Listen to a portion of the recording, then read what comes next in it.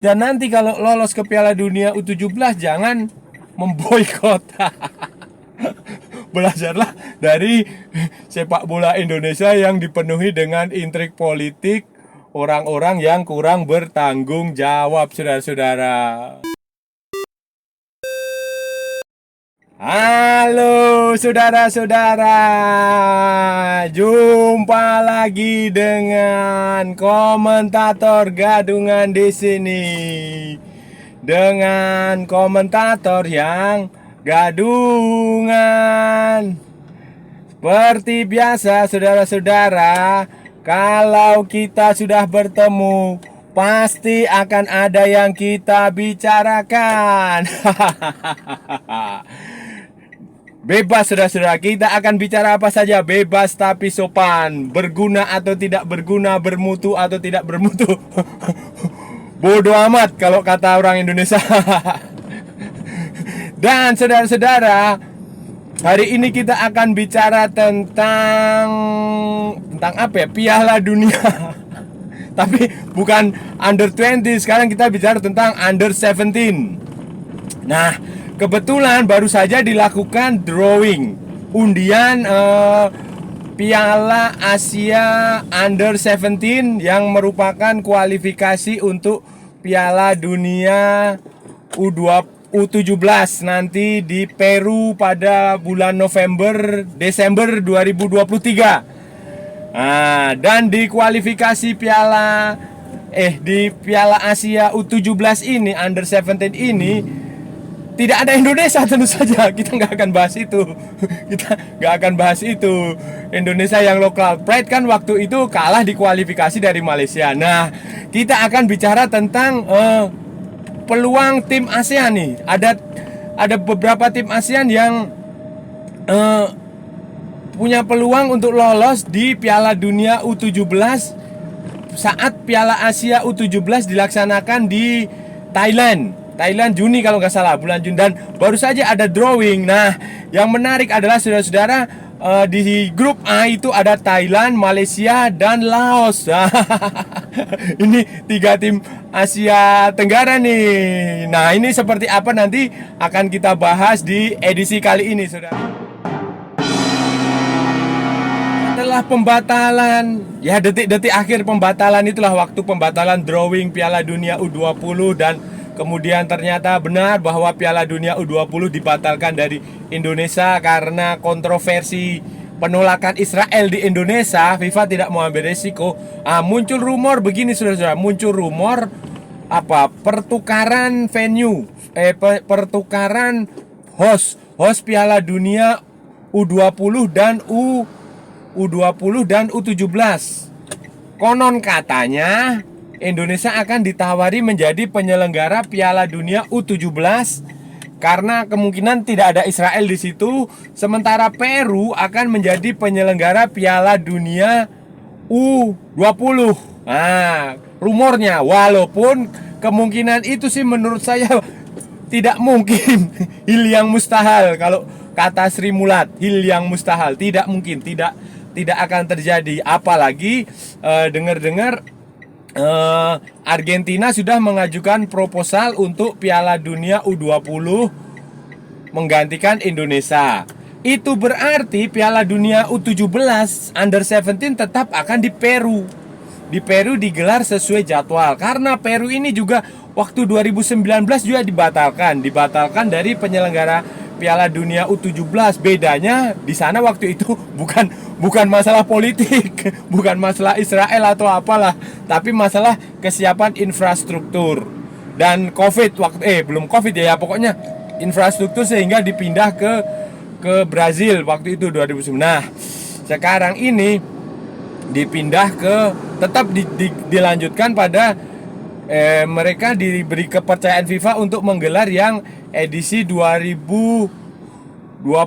Nah, itu jadi kemungkinan tetap akan di Peru, dan itu berarti nanti kualifikasi yang sekarang sedang akan segera dilaksanakan di Thailand ini untuk Asia ini akan menjadi ya vital. Saya harap sih ada negara ASEAN yang lolos, entah atau Malaysia sama Thailand atau salah satunya aja, tapi Ini peluangnya besar, saudara-saudara.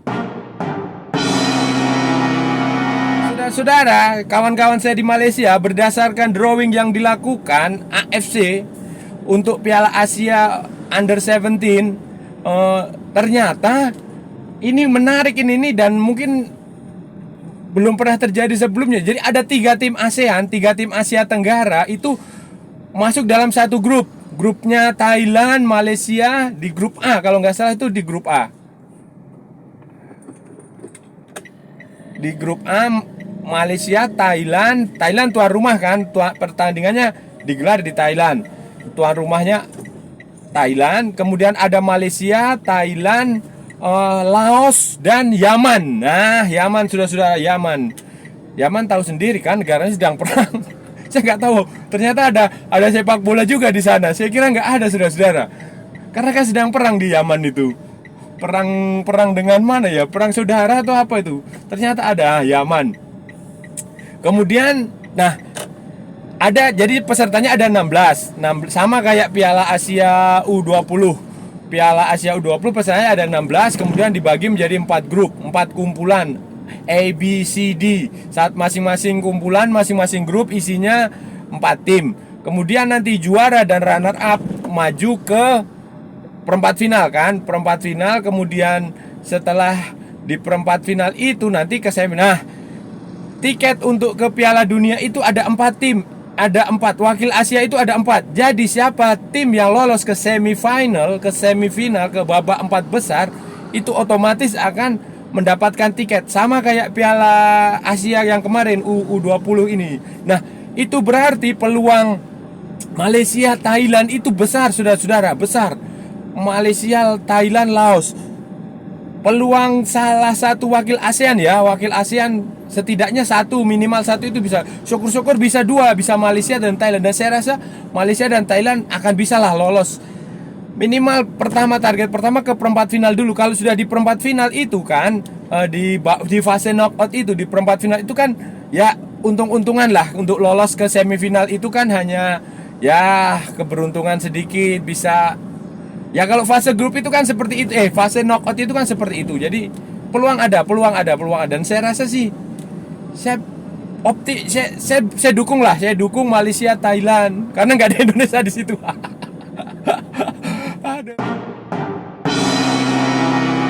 Nah, saudara-saudara, Malaysia ini U17 ini tampil di Piala Asia kan, kalau saudara ingat yang waktu itu mengalahkan Indonesia, menyingkirkan Indonesia di kualifikasi kan, timnya Osmaro siapalah itu. Nah, itu mengalahkan Indonesia waktu kualifikasi yang ada Guam itu, yang local pride itu. Masih ingat kan saudara-saudara, masih ingat yang local pride yang Indonesia dengan sombongnya, timnas local pride yang dengan sombongnya membantai Guam 7-0 atau berapa waktu itu, atau 9 atau berapa, pokoknya ternyata penentuan lolosnya tidak berdasarkan selisih gol, melainkan head to head di antara tim yang poinnya sama. Yang waktu itu ada Uni Emirat Arab juga. Nah, itu yang saya ingat waktu itu Indonesia dikalahkan dengan skor telak itu waktu itu. Wah, tim ini akan tampil di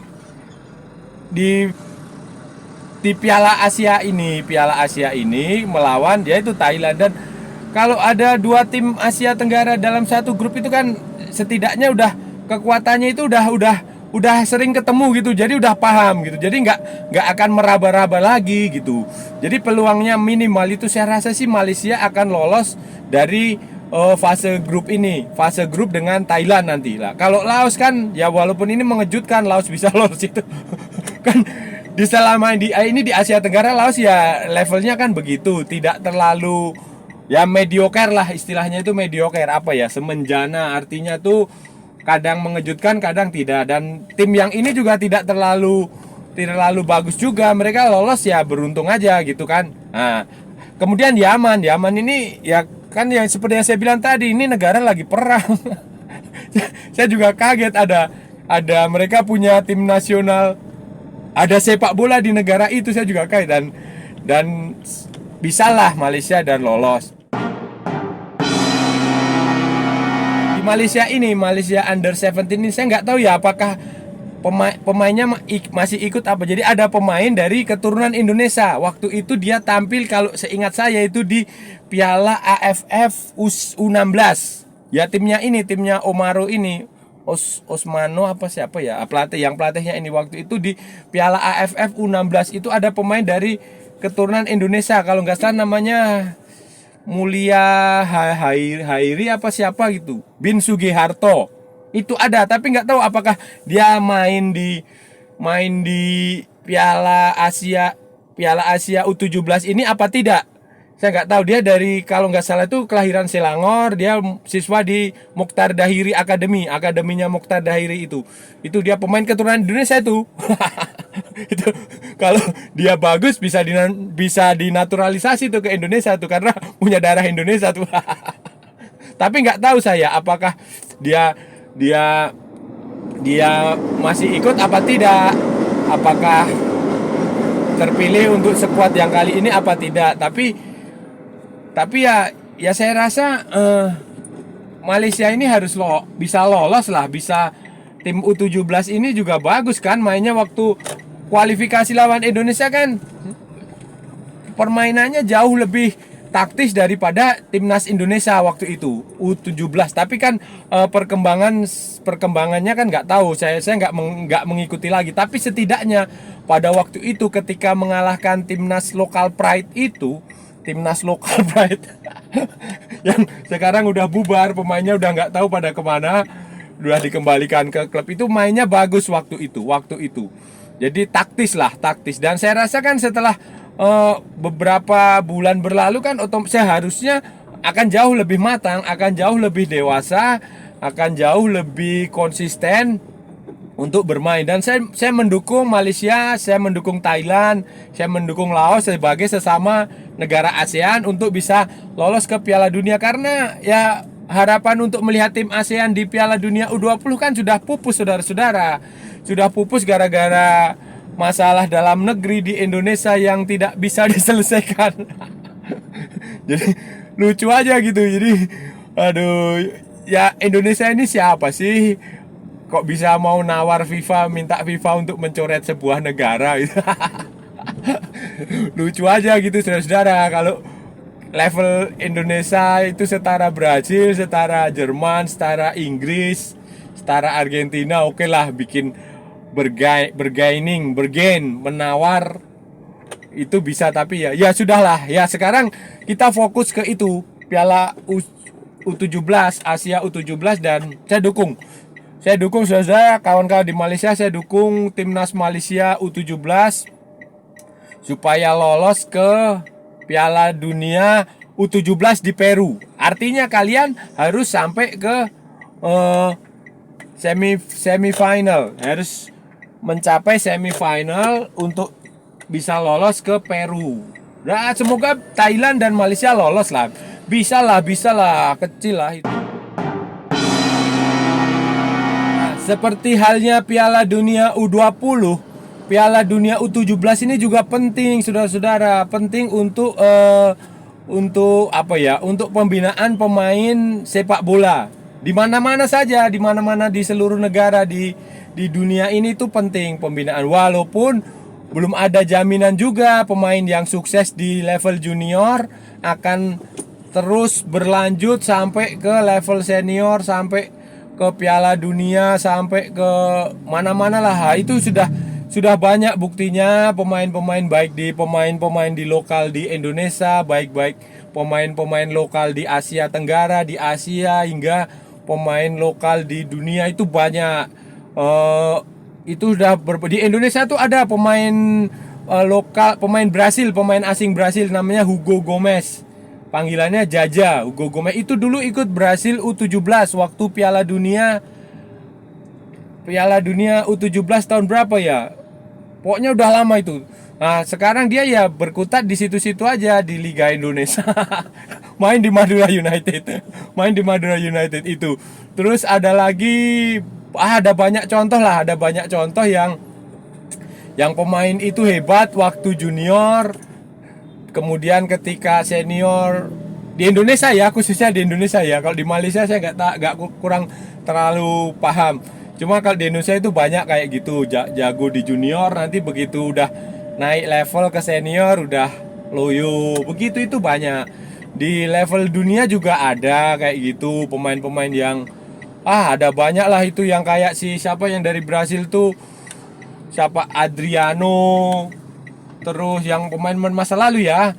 Itu dulu hebat-hebatnya di junior, setelah senior, pemain banyak saudara. Jadi nggak ada jaminan bahwa pemain yang sukses, tapi setidaknya ini menjadi sebuah batu loncatan, sebuah kebanggaan bagi anak-anak muda itu untuk tampil di Piala Dunia, apalagi dari negara-negara seperti Indonesia, seperti Malaysia, seperti Thailand, seperti Laos. Nah, negara-negara Asia lah, negara-negara Afrika yang tidak semaju sepak bolanya semaju seperti Eropa atau Amerika Selatan atau Amerika Utara begitu. Jadi tetap aja ini harus diperjuangkan. Jadi Malaysia U17, pasukan kebangsaan Malaysia bawah 17 itu harus berjuang sekuat tenaga supaya bisa lolos ke Piala Dunia U17. Dan nanti kalau lolos ke Piala Dunia U17 jangan memboikot. Belajarlah dari sepak bola Indonesia yang dipenuhi dengan intrik politik, orang-orang yang kurang bertanggung jawab, saudara-saudara. Saudara-saudara, itu tadi pembahasan kita hari ini, saudara-saudara. Kita sudah bicara tentang Piala Dunia U17 dan kualifikasinya, yaitu Piala Asia U17 yang akan digelar Juni kalau tidak salah, Juni atau Juli, pokoknya kayak Juni, sepertinya Juni. Dan itu tadi kita bahas, dan saya berharap ada wakil dari ASEAN, Asia Tenggara yang lolos ke Piala Dunia. Piala Dunia U17 di Peru pada bulan November dan bulan Desember itu. Dan peluang itu memang besar adanya karena ya Thailand sebagai tuan rumah kita tahu, dan Malaysia bisa lah. Kalau menjadi runner up di grup A itu kan dia akan lolos ke fase berikutnya, ke perempat final itu, ke fase knockout. Itu akan, pokoknya kalau udah di fase knockout itu segala kemungkinan bisa terjadi, saudara-saudara. Segala kemungkinan. Kita bermain 90 menit terus nanti ada adu penalti. Itu saja saudara-saudara pesan dari, dan semoga berhasil ya.